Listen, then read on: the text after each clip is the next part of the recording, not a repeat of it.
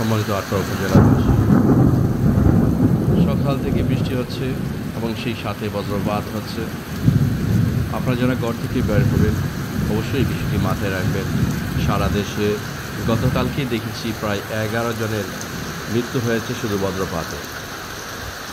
গতকালকে আটপাড়া উপজেলায় শিলাবৃষ্টি হয়েছে এবং সেই সাথে আজকেও এবং গতকালকে রাত্রে সারা রাত ব্যাপী বৃষ্টি এসেছে এবং আজকেও এখন পর্যন্ত বৃষ্টি চলমান। সেই সাথে বজ্রপাত হচ্ছে। কৃষকের ধান পড়ে আছে জমিনে, অনেক কৃষকের ধান ইতিমধ্যে ক্ষতি হয়েছে এবং জোরো বাতাসের কারণে সেই সকল ধান মাটিতে শুয়ে পড়েছে এবং শিলাবৃষ্টিতে ক্ষতি হয়েছে।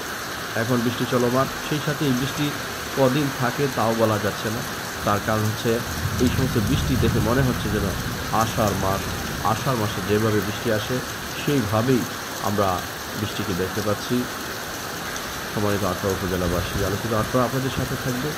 আটপাড়ার বিভিন্ন ঘটনা এবং সেই সাথে বিভিন্ন পরিস্থিতি নিয়ে আপনাদের সামনে হাজির থাকবে। সকলে সুস্বাস্থ্য এবং দীর্ঘ কামনা করছি। আল্লাহ হাফেজ। আসসালামু আলাইকুম ওয়া রাহমাতুল্লাহ।